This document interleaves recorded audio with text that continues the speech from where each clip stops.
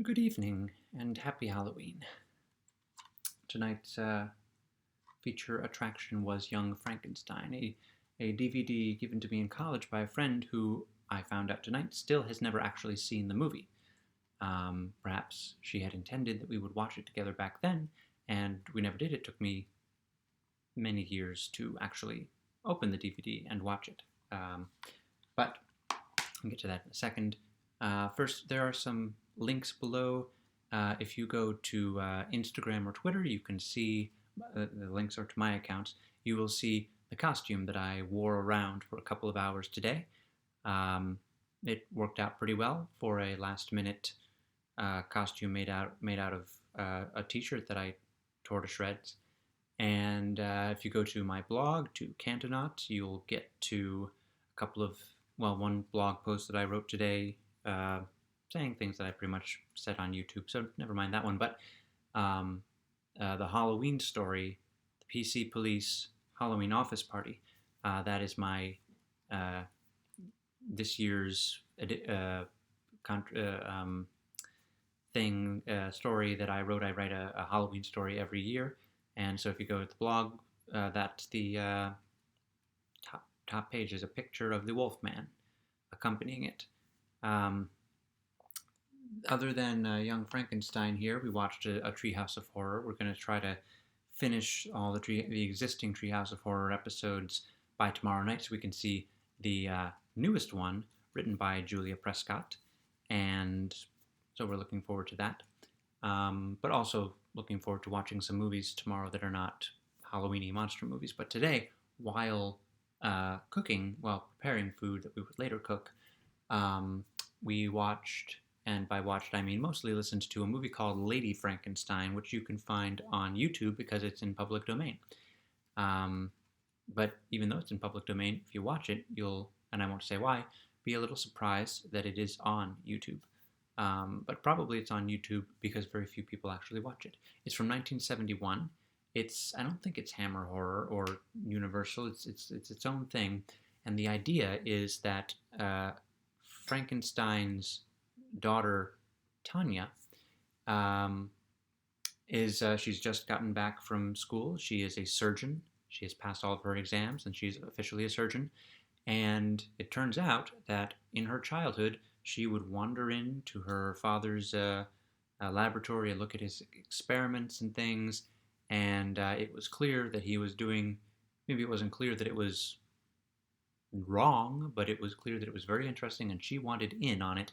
And she makes this known now that she is a full surgeon, having been through university. And he doesn't want her to be involved because he knows he's doing things that he shouldn't be doing, and he doesn't want her implicated. But then he succeeds in creating his monster kills him, and she decides that she's going to build another, better monster that will take revenge on the monster who killed him. So, and it goes from there. And it's really interesting. Surprisingly good.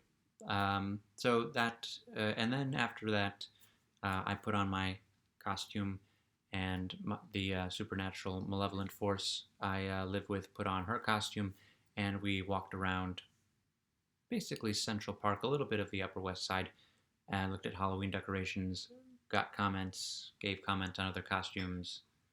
It was a good time. Didn't get too close to anybody, and fully masked the whole time. But now to this movie. The reason that I went with this movie for tonight is because it is a parody of all of those movies that we've been watching.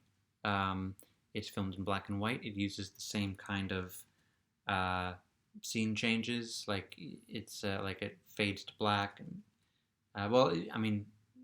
I guess movies still fade to black. I don't know the terms, but from scene to scene, it feels like one of the Universal Classic monster movies, the way that it goes from scene to scene. It doesn't feel like a modern movie. It's hilarious. And there's a reference made at some town meeting. It is, of course, Frankenstein returning to his grandfather's castle in this case, calling himself Frankenstein. And one of the one of the people in town just mentions in passing, when it's said that, oh, maybe he's not going to do the same thing and create a monster like his father did, and someone in the town says, uh, it would be nice if what you're saying is, I'm paraphrasing, it would be nice if what you're saying is true, but we, the older people in the village, have already lived through this 5 times, which might be a reference to the, I think, 6 or 7 Frankenstein movies from the classic Universal movies. So that was fun. It makes it kind of like another sequel, a ridiculously numbered sequel, Son of Frankenstein, Daughter of Frankenstein, House of Frankenstein, Grandson of Frankenstein, Young Frankenstein, and it does but it's a different monster. So it's not Frankenstein's monster; it's Young Frankenstein's monster because it's Peter Boyle, not and it looks different. It's not the Karloff monster, but it does the same joke, except this time it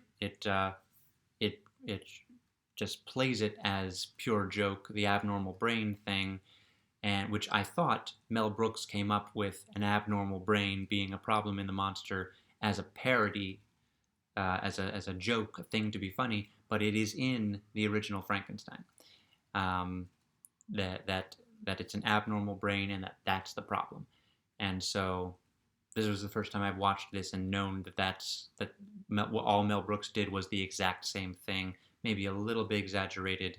It says, "Do not use this brain" on the abnormal brain label, and it just I looked at that and I thought, use it for what? Do they think it's going to be taken and put into a monster? But yes, that was great. The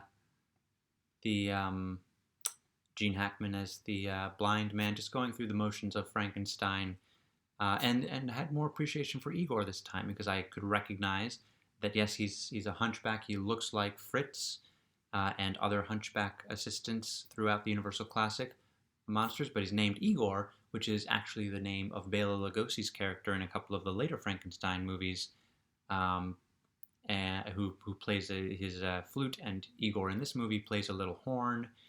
So I had more appreciation for that. It's the more that you watch of the classics, the more you can appreciate. Well, this is a classic now too. This is almost 40 years old, this movie. Or maybe, when did this? I'm thinking of Lady Frankenstein was 1971. This is 1974, so it's almost 50 years old. 1970 was 50 years ago. I'm not as good with math as I am with other things. And but the point is, you have more appreciation for things like this when you watched things like that. Things have been said about this movie to death, so I don't need to take too much more of your Halloween time. You can click on the links below and see the things that I've put on other social media, the Halloweeny things. If I remember to, I'll include a link directly to this year's Halloween story, and maybe a link directly to a little video that I put on Instagram of me in costume. This has been fun. To anyone who's following along and might have gotten, just in case there's anyone who's gotten used to there being videos every day, going to not do another video until next Thursday. I have a Sherlock Holmes story I'm going to read in 4 parts for the next 4 weeks, and also going to go through the Space Cases TV show a couple episodes at a time, like I did with Animorphs. And then come December, it'll be Wishbone. But this has been a lot of fun. It has been fun to do this. I hope that it has been fun for anyone else. And yeah, have a great Halloween and a lovely midnight.